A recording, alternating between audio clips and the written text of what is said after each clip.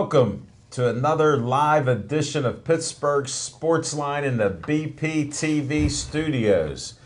I'm Al Levine along with my co-host Chip Hayner and Smoking Jim Frazier, fresh out of rehab. Working hard today and yesterday and whatever he says he does.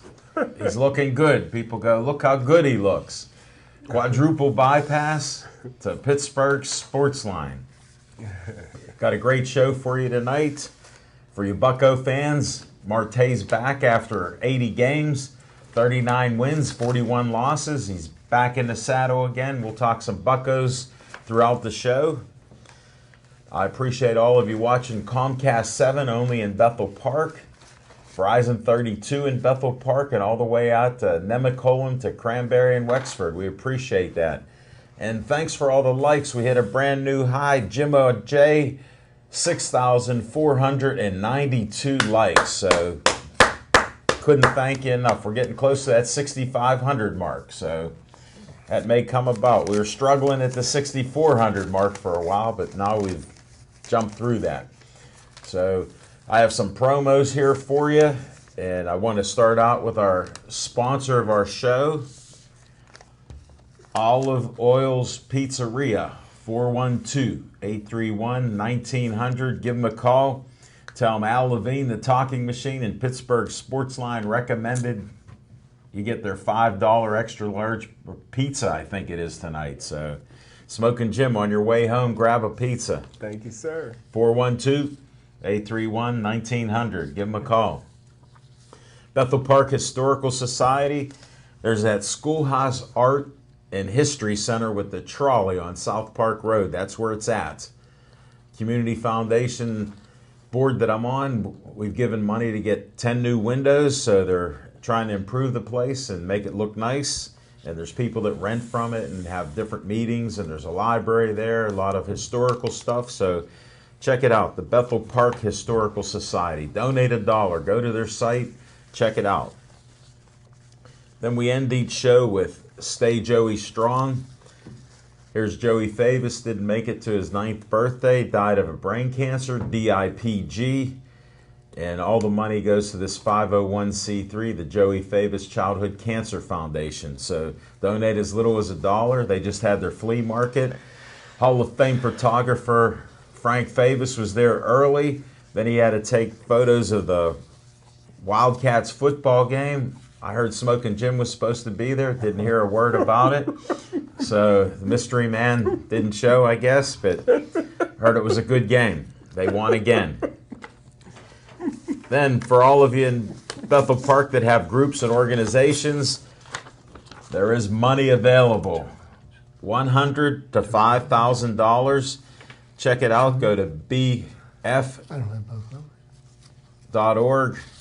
Bethel Park Community Foundation, bpcf.org, and get an application and apply here to get some money for your group and organization in Bethel Park. Dave Cable likes to have fun at my expense. I've had quite a few people say I look good in this. I want you on BP TV. He put my face on Uncle Sam there, and I'm stuck with it. But call 412-831-3304. Talk to Dave Cable. Help out at the studio. We got Devin Shea. We got Ethan. We got Steve here. We even have a guest in our control room. So check it out. They're helping us get the show out, and I appreciate that. I want you for BP TV. Then last night, Sarah Wernick, fitness model, expert, competitor, and a postal employee. Whoops, I wasn't supposed to show this, sorry. Smoking Jim has that in his mausoleum right now. 3 rooms at his house of Sweeties for Jimmy, or Jim's Gems, as Dan Bogan wants to call it. On Jim's the line. Gems. On the line. Yeah, he calls the show, if you're cool, On the Line. And he calls me T-Mac, but that's another story.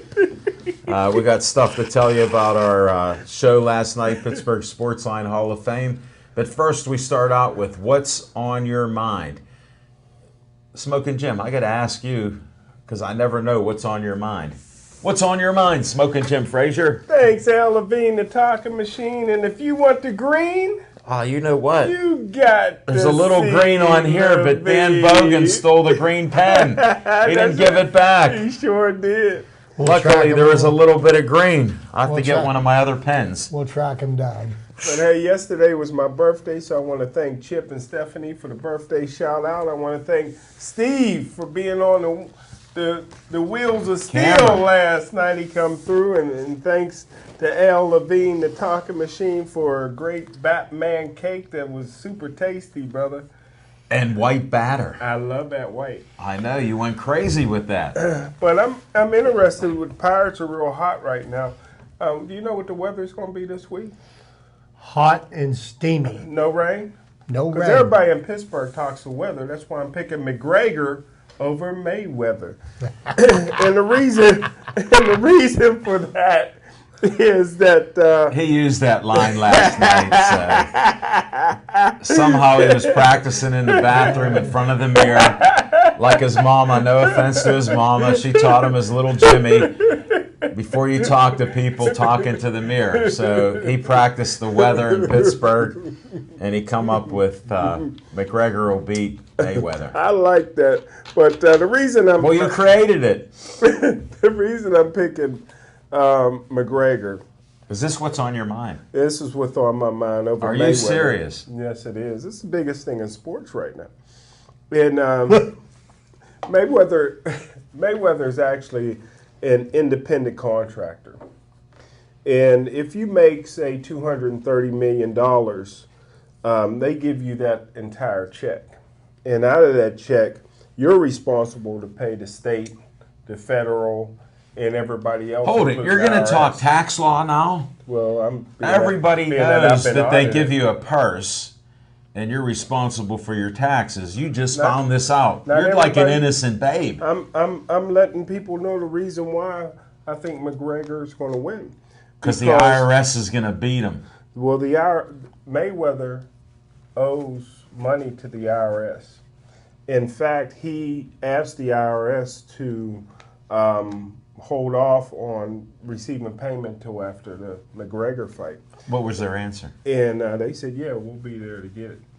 And in his locker room. And a lot of times you make $230 million, you add half of that to the IRS or other tax people. Who's your accountant? Sometimes 33%. Who's but a your lot of times accountant? 50, 55. Who tells you this stuff? But if you We're look trying at, to teach the people. but here's Pay your taxes. Al Capone, one of the worst criminals, I had to tell Smoking Jim when he heard this shocking news, because now he's educated about it, that Al Capone went to jail for tax evasion. How He about- broke the tax laws, and the IRS put him in jail for life. How about the black Al Capone, Red Fox? He owed the That's IRS. old news.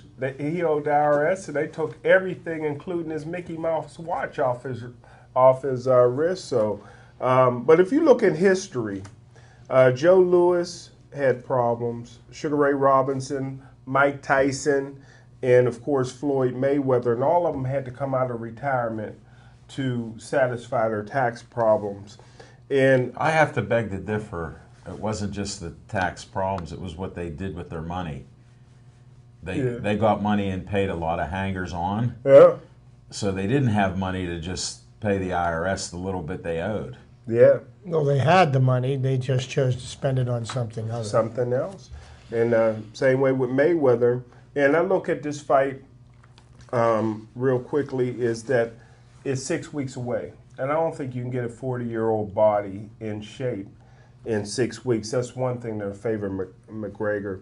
Another thing is McGregor, people don't realize, started boxing when he was 12 years old. And he hits like a ton of bricks.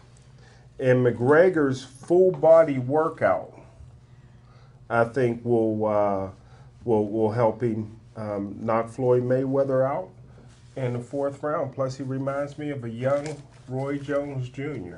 And that's what's on my mind: McGregor over Mayweather. As close as you are to Roy Jones, how does McGregor even resemble that? Fast hands, keeps his hands low, throws from all kind of different angles. Great reflexes. I like him. Keeps his hands low like most boxers aren't taught that. I'm not sure if McGregor loves black people, but I love him. Well, you know, he's black from the waist down. Yeah, Right? yeah, that was good. Did you see that? Folks, I have to do the Smoking Jim. I have to do the Smoking Jim disclaimer. He's a known gambler. He's an NFL scout. Last year he had a streak of 5 losses where he lost the home 5 times. He bet New England and got his house back. Yes. No, but it was the same house he lost 5 times. Well, exactly. If you don't gamble, don't start. If you do listen to a gambler, little secret, bet the opposite of Smoking Jim. I've done it all the time because I don't like to say I gamble, but I do the opposite that he does, and it seems to work out. Thanks, Smoking Jim. I appreciate the lesson that you gave us on, I think your lesson was pay your taxes and McGregor will win despite the weather. I mean Mayweather. Sorry, Chip, for the delay. I couldn't help myself. He got me too pumped up with the nonsense I had to listen to. What is on your mind? What is on my mind? Well, yeah, I tell you one thing that it will not be on my mind. Of course, it will be the McGregor-Mayweather fight. I couldn't care less about that. If I want to see sports entertainment, I can always watch the WWE Raw on Monday night for free, where the outcome is already determined the same way it will be in this fight. Mayweather will run and run and run and run, and if McGregor can catch him to hit him, there might be a different outcome, but... Hold it, he's allowed to throw that flying punch. Superman punch. Yeah, Superman punch. You know, They put that in there. So I couldn't think of a bigger waste of money or a waste of my time. I'll wake up the morning after the fight and watch the 15-second clip of the highlights of the fight, and, but whatever. Okay, anybody wants to spend their $100 on that, good for you. I hope you enjoy it. I've got better things to do with my money. But what's on my mind is I go all the way back to 20 years ago. 20 years ago, still working in the same industry I'm working in now. I was considered at that point for the company that I worked for. I was the entertainment director because we had a lot of people that came to visit our city to work with us for various periods of time. So it was my job, besides teaching them how we did things here in Pittsburgh, was to show them around the city of Pittsburgh. So wow. on July the 12th, 1997, was a Saturday. A gentleman came in from Des Moines, Iowa on Friday afternoon. And I remember him saying, I am a huge Pittsburgh Pirates fan. I have always wanted to go see a game at Three Rivers Stadium. Can we? What a can you coincidence. take me to a game? And I said, well, here's what. I'll hook up with you on Saturday. We'll go down. I'm sure we'll be able to get tickets because at the time the Pirates were in the midst of their 20 years of losing. But this was another one of the Pirate teams that had a chance. They were in second place to the Houston Astros in 1997 in our division, and there was still a chance that the Pirates might pull something out and possibly win the division. So we got tickets to the game. It was a Saturday night, and we happened to witness history being made at Three Rivers Stadium that night. Was the very first no-hitter that I got to witness in person. In my lifetime, I've witnessed 2 no-hitters personally. One pitched by the Pirates, one pitched against the Pirates. But on that amazing night in July of 1997, Francisco Cordova pitched 9 innings of no-hit ball, and the game still 0-0. Extra inning. Goes into extra innings, and Ricardo Rincon comes on in relief of Francisco Cordova, who'd already thrown approximately 130 pitches, and he was gassed. So Rincon came out and he pitched a no-hit 10th inning. So now we're in 10 innings of no-hit baseball, and the crowd is juiced.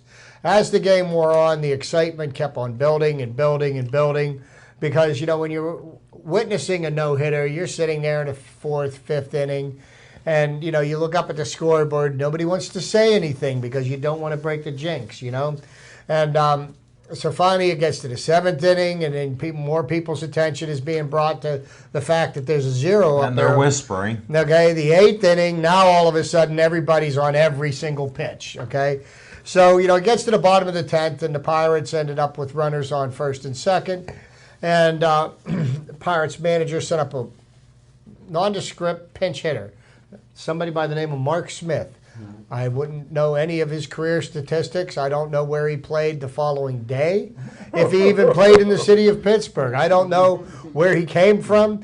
But that night, that magical night on July the 12th, 1997, in the bottom of the 10th inning, hit a pinch hit 3-run homer to win the game, walk off, no hitter, and it was electric there at Three Rivers Stadium. Now, Three Rivers Stadium really was not a great ballpark to go watch a baseball game at. It was a great place to watch a football game. Oh, yeah. As far as baseball was concerned, the sight lines there were horrible. If you sat in certain areas, there was almost up to a third of the field that you couldn't see. So I witnessed that during the All-Star I game. witnessed that in the 1974 All-Star game as well, Alan. I was at that game, and I couldn't see left Like field. I told you, we were at the top of the stadium. We were at right 3 where rows from the flagpole. top. Yeah, We couldn't see the left fielder that whole game. We were up So- near the flagpole then, so we didn't see a bunch of the field there. So- left, right, and center. But just thinking back on that night, and then just on the odd chance that I probably would not have gone to the game if the gentleman from Des Moines had not come in and begged to go. Yeah. Very glad that I did, and the 20th anniversary, I've got the article cut out here Wow. from the paper from July the 12th, and it brought back a lot of good memories. And and I dwell on the good memories I have of the Pirate team that I've rooted for in excess of 50 years, and I don't dwell on the negatives. And that leads me back to this season. Here we are. We're just past the All-Star break, and the Pirates are starting to wake up a little bit. They've won 8 out of their last 10. And I personally believe they're going to make a run for it in the division this year. I think our division's weak this year. I think the Pirates have a chance. But I'm always going to look at the glass as being half full. And, Starling Marte starting tonight, first game back after an 80-game suspension. I think he might be the spark plug the Pirates need, or the Pirates offense needs, to make a little bit of a run and to make some noise. So asking me what's on my mind, that's what's on my mind. I'm looking forward to a great second half of baseball. Thanks, Chip. I'm going to continue your walk-off saga. I watched the Pirates for 3 games. 2 of the games were walk-off winners. I was there Friday night. It was wonderful. And I thought of the one, how apropos that my buddy Smoking Jim Frazier, before his birthday, his namesake, Adam Frazier, walked off and won the game that ended the series. So, and they walked a guy to get to him, and Josh Bell hit a 3-run homer a couple days beforehand. So, it's good stuff. I predicted they'd win 3 out of 4 to different people. I said I'd like to be greedy and say we could sweep them, but this team shows me some shakiness at times.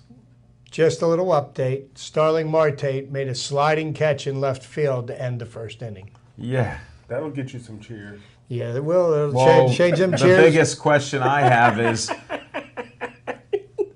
did they cheer him or boo him when he was introduced? Well, I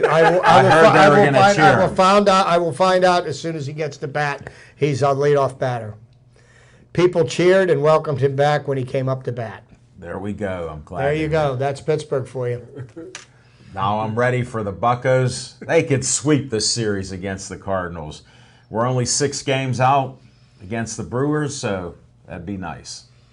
We will see what happens, and we're going to continue on with our show after all this talk, and we'll have more Pirate talk. We may even talk a little Steelers since Le'Veon Bell's in the media and has been out there tweeting and stuff, so we will continue with that.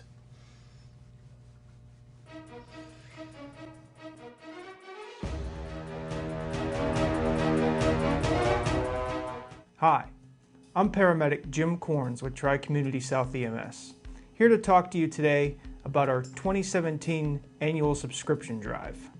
When you have a medical emergency, you count on your community's emergency medical service to be there for you.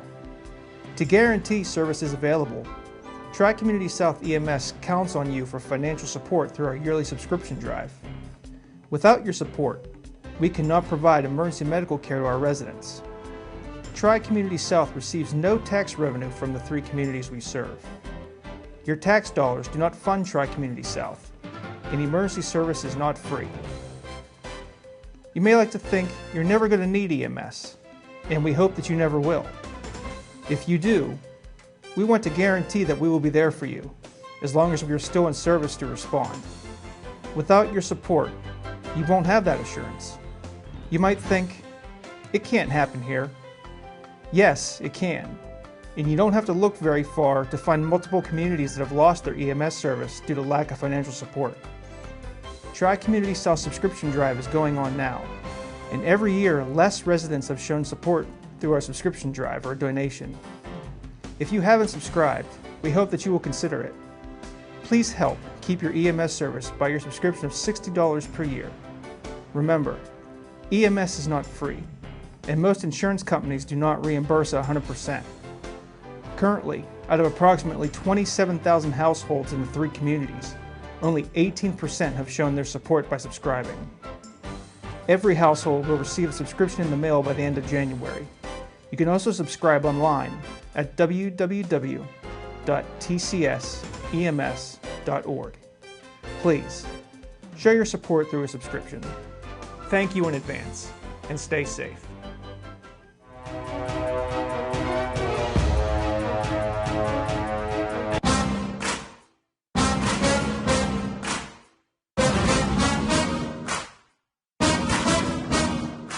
If you've been watching our show, you know it's not on location time. We start with Fiction and Fact from Smokin' Jim's Almanac.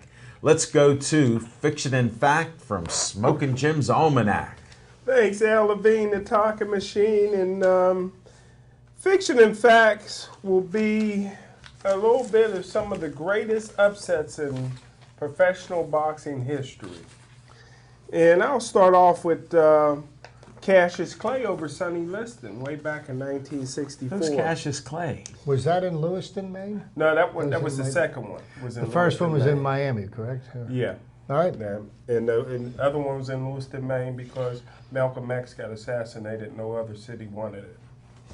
And And that's where Chip was eating lobsters. they had heart in Lewiston, Maine, man. They said, yeah, you can have it here. But how about Buster Douglas over Iron Mike Tyson? Mm-hmm. How about Max Smelling over Joe Louis? Leon Spinks over Ali? How about Sugar Ray Leonard over Marvin Hagler? A lot of people say that that's not the way that fight went. Not me. I thought Sugar Ray beat him to death. How about Evander Holyfield over Mike Tyson? Wasn't an upset. 30-1 odds. How about Igamar Johansson over Floyd Patterson? I didn't know that one. Yeah. How about Kevin McBride over Mike Tyson? No Irish. How Love about those Irish fighters. Jerry Cooney over Ken Norton? No Irish. How about Ali over George Foreman? And last but not least, McGregor reminds me of a young Roy Jones Jr. McGregor over Floyd Mayweather. You heard it here first. Hey, and just to talk on your boxing thing, Ezra Charles beat Jersey Joe Walcott at Forbes Field. Yeah, knocked him out. That was We used to see a classic photo. That was a most attended prize fight at the time I didn't know in that. Pittsburgh history, and that was 1950. 51. Okay, so that was 65 years ago, 66 Wow. years ago. Is that long? And at Sips, they had a nice photo of that fight. Mm-hmm. With Babe Ruth Sips looking Sport- down over? no, no, Oh, no. Okay, it was Sips. Sips Sports Bar. Did they have it? Sips. Sports Jersey Bar. Joe, one of my favorite all-time fighters. Really? When did that happen? Jersey Joe, Roy Jones Jr., McGregor. Some of my top 5 all-time. When did you find out about McGregor? I Rocky, love How's him. the I've weather? been studying him. Rocky Marciano. Oh, he's the greatest. I know. Your He- story. he used Folks, to, he used to, Smoking Jim's a wealth of misinformation.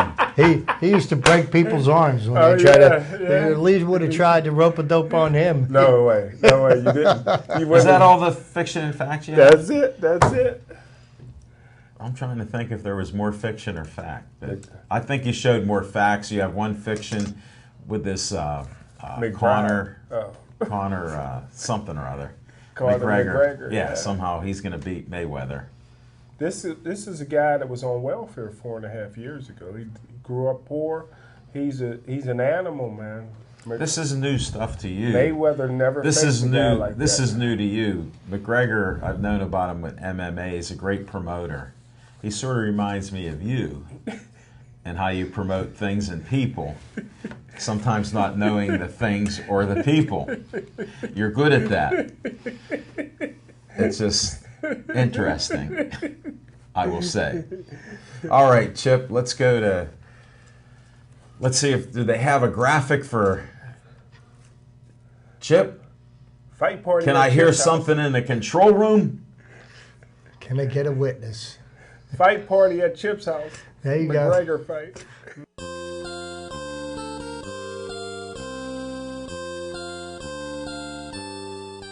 Good evening, everybody, and welcome to my trivia segment. And got some interesting pieces of trivia to go over with you folks this evening. And I will end it up with the coup de grace, which would be no, I'll leave that. I'll tease that for now. Whoa. And we'll work on. So back on June 22nd, 1947, Cincinnati's Ewell Blackwell almost duplicated Johnny Vandermeer's double no-hit record by following up his June 18th gem over Boston. Brooklyn's Eddie Stanky singled with 1 out in the ninth. Wow. He came within 2 outs of having Another. back-to-back no-hitters. So it almost happened twice. Also, thinking back on July the 18th, 1927. 1927, probably one of the greatest baseball teams of all time. Yankees. Dominated baseball that year. They swept our Pittsburgh Pirates in the World Series 4-0. But on July the 18th, 1927, Ty Cobb of the Philadelphia A's doubled off the glove of Harry Heilman for his 4,000th hit. That's my man. There you go. Also on July Racist. 18th, 1970, probably one of the greatest baseball players I ever watched. Probably one of the best 2 or 3 ball players I ever saw. Pete Rose? Willie Mays bounced career hit number 3,000 through the left side of the infield. Wow. Okay, Willie Mays was Say hey, kid. a complete 5-tool player. So he was able to do it all, and wanted to make note of his accomplishment. Also, on July the 18th, 1987, Don Mattingly, manager of the Florida Marlins, tied Dale Long's 31-year-old record, major league record, when he hit a home run in his 8th consecutive game. And Really? Dale Long did that as a member of Wow. the Pittsburgh Pirates. I had to prelude that with 8. Wow. Yep. See, Al knew where I was going with that one. See, He was shooting up gang signs.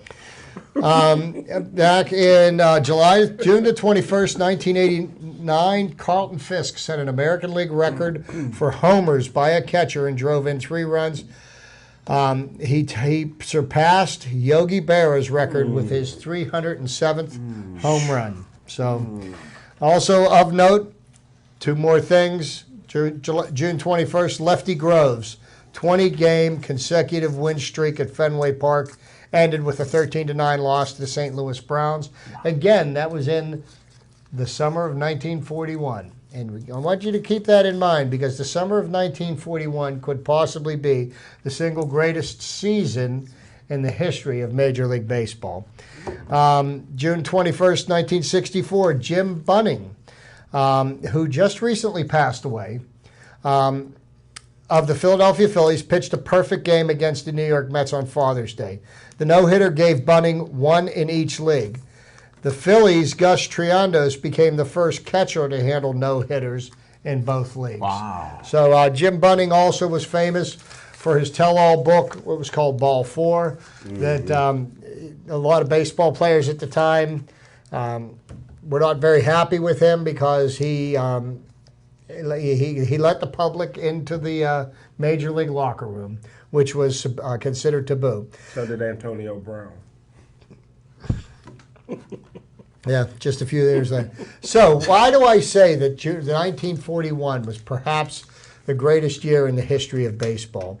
Well, let's think of a couple of things that happened in the year of 1941. Ted Williams, the last baseball player to bat 400 for an entire season. Wow. Okay, and can you imagine a batter batted 400 for the entire season, and he did not win the MVP award that season. And he did not win the MVP award season that year because of Joltin' Joe DiMaggio. Joltin' Joe DiMaggio had a 56-game hitting streak, and it started on May 15th, 1941, and the streak ended on July 17th, 1941. Here are some interesting facts about the streak. Alan Courtney and Ben Horner wrote the song Joltin' Joe DiMaggio that became a big hit for the Les Brown Orchestra. I'm sure you were all over that. DiMaggio confided to a teammate that failing to extend the streak for one more game cost him $10,000 promised to him by the Heinz Corporation to endorse their Heinz 57 products. Wow. Okay. Wow. I told you I had this covered. DiMaggio hit 408 during the streak. He was 91 for 223 with 15 home runs and 55 RBIs. And also as part of this streak, in those 223 at-bats, he struck out 5 times. Wow. 5 times. And in the last 32 games of the streak, he struck out 0 times. That's amazing. That is incredible. When you see, I mean, I don't think, did Pedro Alvarez strike out 5 times in one inning? Hold it. If it was possible. Like that character, Where's Waldo? Where's Pedro? Uh-huh. DiMaggio was voted the American League MVP that season over Boston's Ted Williams, who hit 406, the last time a major leaguer hit over 400. The longest. Ted wasn't the most popular player. Either, No. if you want to put it out there. Yeah. The Splendid Splinter had many enemies. Well, That was his nickname, the Splendid Really? Splinter. yeah, he did. And then, of course, New York was the mecca for everything. Sure. At that time. The longest hitting streak since DiMaggio established a record was 44 games by Pete Rose in 1978. All right. The streak was interrupted by the 1941 All-Star Game at Briggs Stadium in Detroit. DiMaggio was 1 for 4 against the National League. So technically, you could say 57. that it could be 57, but since that's an exhibition game and not a regular season game, Oh, he could have got 10K. he homered for his only hit versus Boston on July the 2nd. DiMaggio never bunted for a hit during the streak. The St. Louis Browns gave up the most hits, 22 in 12 games. Indians reliever Joe Kraskowskis, a native of Quebec, was the last pitcher to yield a hit to DiMaggio during the streak. DiMaggio had a 61-game hitting streak with the San Francisco Seals of the Pacific Coast League in 1933, second longest in minor league history to Joe Wilhoit's 69 games in 1919. 69. So Joe was a streaky kind of a guy, you know? The streak almost ended at 35 on June 24th against St. Louis. DiMaggio was hitless when he batted in the 7th inning. Browns manager Luke Sewell ordered Bob Moncrief to walk him. Moncrief refused. Wow. Sewell relented, and DiMaggio singled. Ain't that so? Wow. During the streak, he faced 4 future Hall of Fame pitchers: Lefty Grove, Hal Neuheiser twice, Bob Feller, and Ted Lyons. Who gets credit for the nickname? The Yankee Clipper. According to DiMaggio's official website, Yankee Stadium announcer Arch McDonald came up with the moniker for the gracefulness of his play in the field. When the streak began on May 15th, the Yanks were 14-14, 5.5 games behind Cleveland in 4th place. After game number 56 of the streak, the Yankees were 55-27 and first place with a 6-game lead over Cleveland. That's incredible. After extending the streak to 56 on July 16th, DiMaggio led the American League in runs, hits, RBIs, was tied for the lead in home runs and was second to Ted Williams in batting, 395 to 375. St. Louis Browns teammates Bob Harris and Eldon Alker each gave up 5 hits during the streak. Although he failed to get a hit in game 57, DiMaggio did walk to reach base in a streak that would extend to 74 consecutive games, second all-time to Ted Williams' mark of 84 games in 1949. DiMaggio got hits in both games of a twin bill May 30th versus Boston in games 15 and 16, but he also committed 4 errors. And last but not least, DiMaggio got 2 hits off Cleveland's Bob Feller on June 2nd. The next day, the New York Times reported DiMaggio incidentally has hit safely in 19 straight games, believed to be the first printed reference to the streak. So, let's make note of one of the baseball's records that, in my humble opinion, will never be broken. The 56 games hitting streak will live on.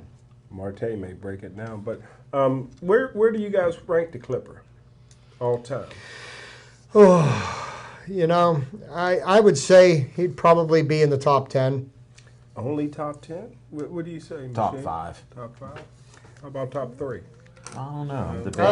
You have to look through 5A, the B, history and of C. baseball. A, B, and C. When you got to consider Babe Ruth up there. You've got to consider Ty Cobb. Over Joe DiMaggio?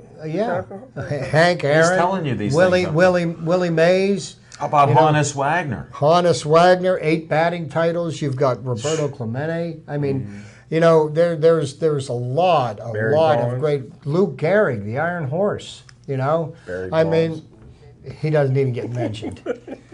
Barry Bonds very easily could have been the greatest player of his generation. Why he chose to cheat? It was clear. You sure it wasn't cream? No, it was clear. But I mean, He seriously. didn't know. He's like Marte. Somehow it's in Marte's body, and And if Barry Bonds would not have juiced, I bet you that he would have probably hit between 550 and 600 home runs, no more than that. That don't even get you mentioned anymore. It is a significant accomplishment. Yeah. But I mean, he may have hit more than his godfather. look what Willie they've done with Mays. football. Look what they've done with football. Wide receiver statistics are basically irrelevant anymore. I agree. You're going to have 1,500 unless you beat Jerry Rice's record for catches. Which ain't gonna happen. You're not going to be a first ballot Hall of Famer as a wide receiver. Yeah, that's a shame. I'm glad you two could debate that. Thanks, Chip. I appreciate trivia time. Now I don't know if the graphics will come up for me.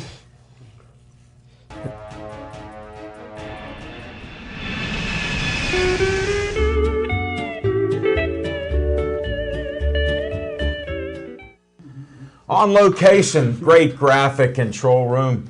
You're on your A game. I appreciate it. Thanks, Devin. Thanks, Ethan. And thanks, Steve. I appreciate you guys. On location was a special Hollywood Lanes, Pittsburgh Sportsline Hall of Fame, Smokin' Jim Frazier birthday bash. I had a small idea what was going on, but I didn't know much. My brother from another mother, we're friends for 6 years. People think we know each other 30 years. Yes, sir. Yes, sir. He has the only vote for the Pittsburgh Sportsline Hall of Fame. He has some criteria, which I'm not sure what it is, on how he picks people. And then, like he told me, I'll tell you who's going to be in there. There's supposed to be 7. Well, I saw on Facebook he posted like 4 photos of people who were guests on the show. So I assume that some of the theme is Pittsburgh Sportsline guests. So we had a good time with that. And to start the show, I had a surprise guest for Smokin' Jim Frazier. Bill Nardozzi is a famous poet.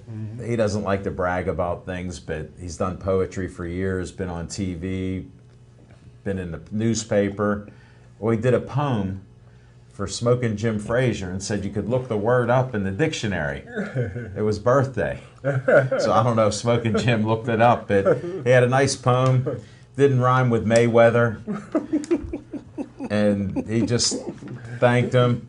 Then he did something unusual. He's a singer and has performed for years. He brought his guitar out Yes, sir. and sang a song to Smokin' Jim Frazier. I thought I saw a tear in Smokin' Jim's eye. Yeah, it was coming. It was getting there. But he did that to open up the show. And then we started bringing in Hall of Famers. One of the first ones was a surprise to me and a shock to me because he shares everything that I have on Facebook. Skip Atkins shares my album, my photos, everything. Smokin' Jim inducted him into the Hall of Fame first. And he rewarded us with a great pizza. Yes, sir. Molly's Pizzeria in Dormont. So he started the show off with a bang. Then we started getting like Cheryl Cerise, who's a guest on our show. Smokin' Jim claims to have done the best interview that he's ever done with her on one of his shows.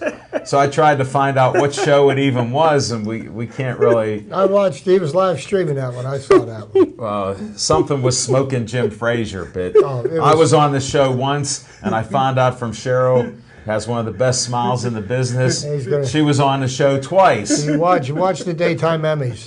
Yeah, I'll have to check that out. And then a big fan of our show, Sarah Werner, Sarah Marie, fitness coach. I showed the photo at the beginning of this show.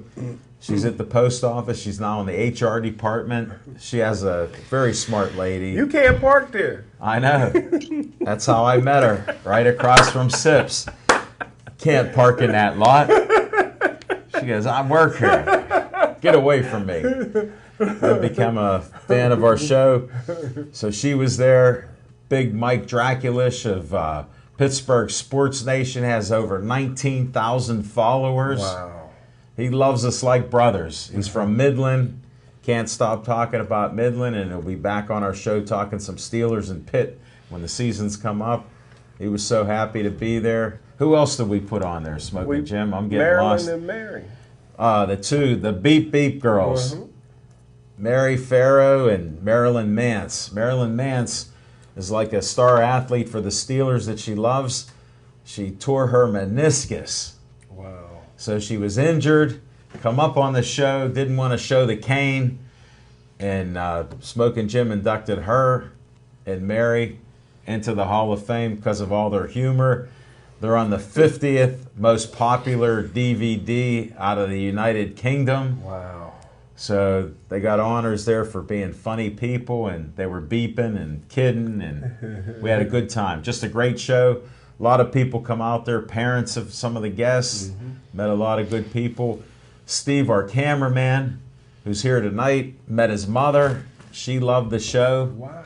She's a fan of the show now, so all these people are watching the show. They want to know, when can I see it? Well, before I left home today, Dave Cable posted the show up, so I'll have it up tomorrow, and you can see Pittsburgh Sportsline at Hollywood Lanes. We'll be back there August 7th, so check out On Location there. And you interviewed the youngest guest we ever had. And yeah, I wanted to tell you that we did have a young guest, Lindsay Marie, and Jeffrey Park had a baby, and their daughter was on the show, and it's a new record for Pittsburgh Sportsline, 3.5 months old.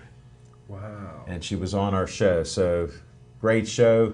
Jeff took a video of that, took a couple photos.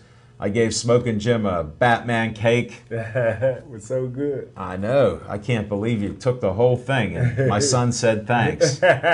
Drew said thanks for the piece of You're cake. welcome. Welcome. So we had a great time on location. A lot of people. Only black Shania in the country was there. Yeah, Shania come up. I barely was introduced to Smokin' Jim's friend and a fashion model who'll be in South Jersey this weekend for Fashion Week. And she's promoting charities and PR, so good luck to her. I told her she has good karma from getting a quick interview on Pittsburgh Sportsline. So we got her in. Smokin' Jim, I don't know how you did it. You did another great show. Dan Bogan was the MC. And we got him where he's under control now, so we got enough time for the show, and he didn't go over it, even though he apologized. But he just did a great job. So kudos to you, my friend. Thank you, sir. And that's our fourth class of Hall of Famers. Yes, sir. So, very good. Job well done, and we'll move on to the next segment.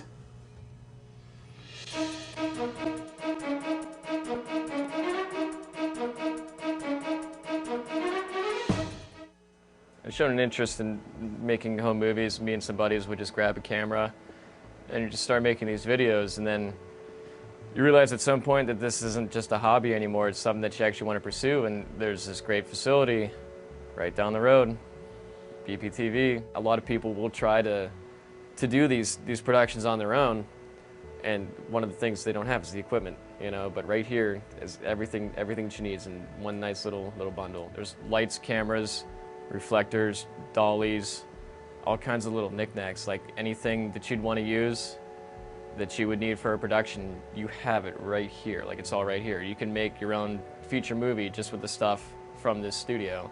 Come meet Dave Cable, let him show you around, and I think you'll realize that this is something that you could fall into regardless of your level of expertise, whether you're a beginner or even if you're a more advanced learner.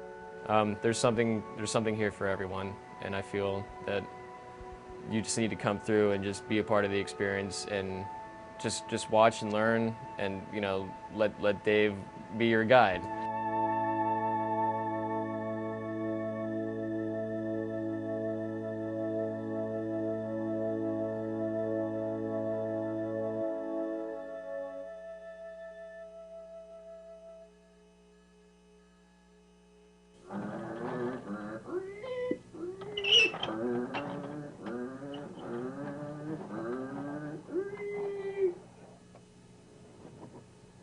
BPTV.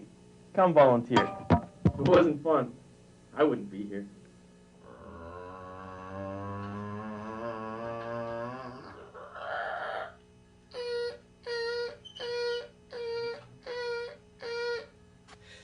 BPTV. Come on in, make a show. It's still fun after all these years.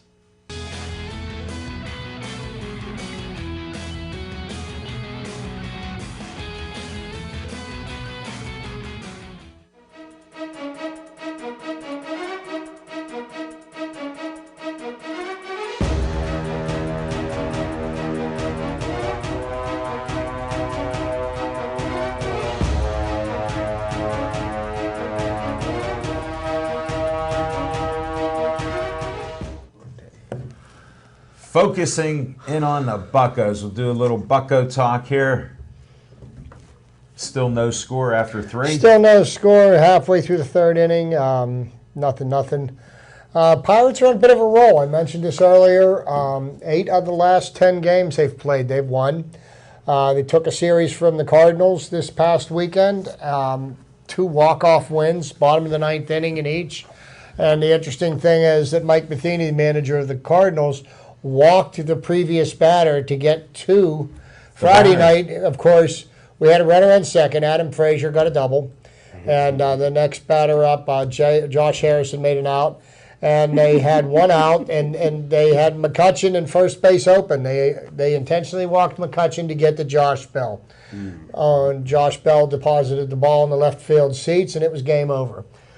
Josh Bell, I think, has really been one of the bright spots for the Pirates this season. The power that he has from both sides. The power from both sides of the plate, the consistency, and he's learning to play first base, and he is not a detriment to the team with his play in the field. He's getting better at playing the position, and I think we finally answered the question is, to who is the Pirates' first baseman moving forward? Yes. I think that question's been answered. Some of the disappointments so far of the first half of the season, of course, the suspension of Starling Marte was a huge blow to the Pirates. 80 games. The play of Gregory Polanco up until the month of July was a huge disappointment, but since the 1st of July, I believe he's batting 438. 438. Wow. Last night he was 4 for 4. Threw out the tie in a tie game. Threw out a runner at the plate. Threw out somebody at first base. Doubled him off the bag on Sunday. So now Gregory Polanco is starting to show the way that he played in his rookie year that gave us so much promise. Now, when I was at the game Friday night, I was one of the people that were booing Gregory Polanco quite loudly. He hit a ball down the right field line, and it looked to be a home run.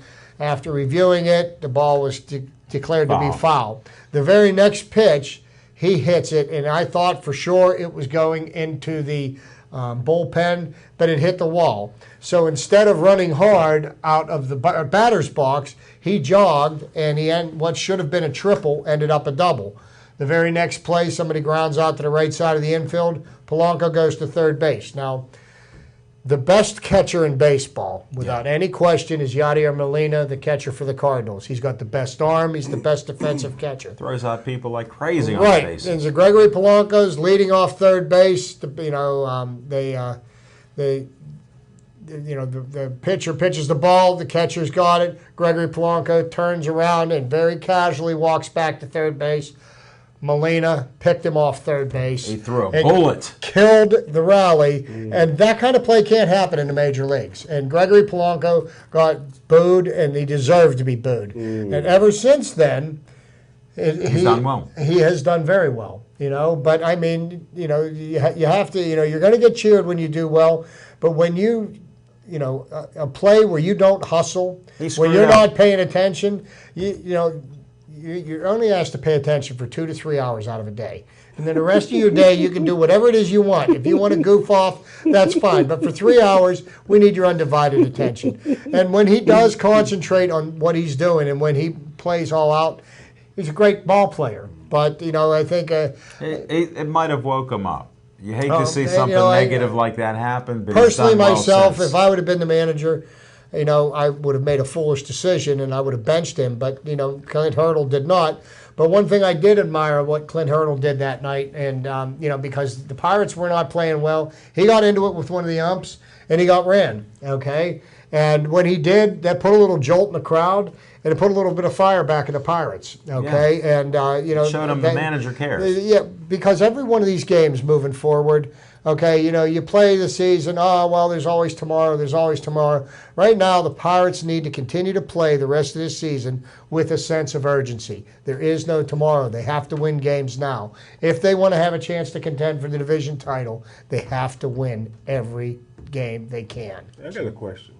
My Cubbies made a trade. Does that seal the deal? No, not at all. And here's the interesting thing that I found out about that the trade being made. Okay, the Cubs gave up 2 top 10 prospects, and that's not their top 10. That's top 10 in all of baseball to get Jose Quintana. Well, the announcers on the Fan used that, or at least one announcer on the Fan, or 2 of them, use that as an excuse to criticize the Pirates for not making the trade. And I think it's kind of foolish because the Pirates don't need starting pitching right now. Their starting pitching staff right now actually ranks in the top 10 in baseball. Oh, I didn't know that. Okay, so there's that. Secondly, we didn't have to offer to the Chicago White Sox because they wanted a king's ransom.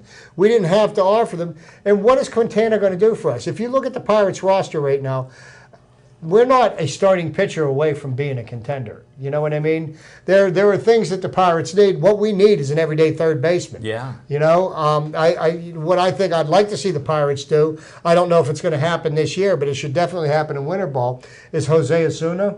They ought to teach him to play third base because he's got a nice bat. If they can get him to be the everyday third baseman, Can he and learn David that? Freese. What's that? Can he learn that? Is that something Well, you can he's learn? he's a corner. Not all infield- players can learn new positions. Jim, he's a corner infielder and he's a quarter outfielder. So he plays first base, third base. He hasn't played third base on a regular basis, but you know what? Send him to winter ball. Let him try to learn the position, and then all of a sudden, you don't have to go and spend money on a free agent. You might have the solution to your problem in your own system.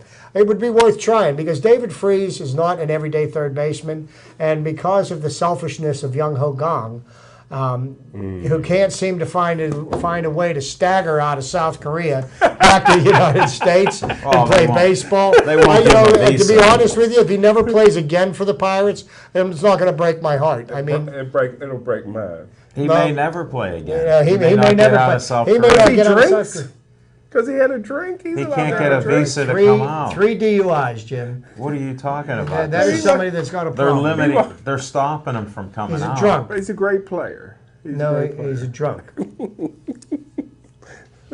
But that's all I'll say about him. All right, let's change up. He's not here. But yeah, no, we can't no. do anything with That's that. good. Let's get on to the Steelers because I Yeah. know Jim has something to say about Le'Veon Bell. And, well, let's think about the people that the Steelers should consider signing to contracts.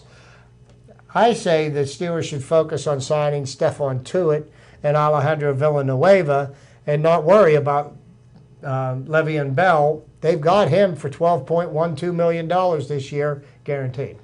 Well, Le'Veon Bell got a lot of guts because if he gets hurt, he don't. Without signing that contract, he gets zero money. So, the way he likes to play basketball and do a lot of activities, I would definitely. He's hit just sign. sitting in a car right now. Yeah, I mean, and one thing you can say about Mike Tomlin, who I'm not. I'm not a big There ain't nothing blunt about it. That was good. I'm not the Sorry, biggest, buddy, I slipped that that was right good. in. I I'm got not it. the biggest I know. Mike Tomlin fan, but one thing about Mike Tomlin is he doesn't beat up his star running back in training camp. Last year, Le'Veon Bell only had 8 carries in preseason. So if I was Le'Veon Bell, I would sign the deal.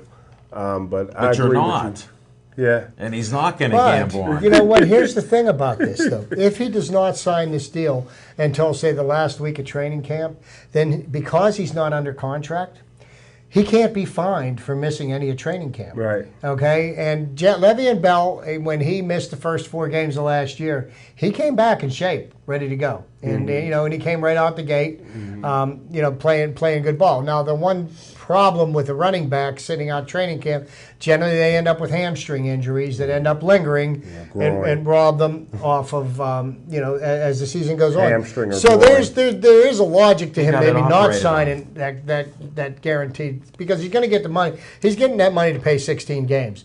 He's not getting that money to go to training camp. I say he sits out the preseason.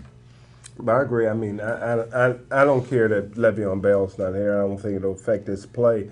I'm just saying in terms of if he gets injured out before he signs that contract. What do you think about the money that he turned down from the Steelers? That I believe there was, in the first 2 years of that deal, there were $32 million guaranteed. I don't believe everything I read. Did you what read? these people? Yeah. I mean, these rumors go. Once the deal is signed, you know, these writers are favored for the Steelers. But I do agree that they should sign Villanueva and Tuitt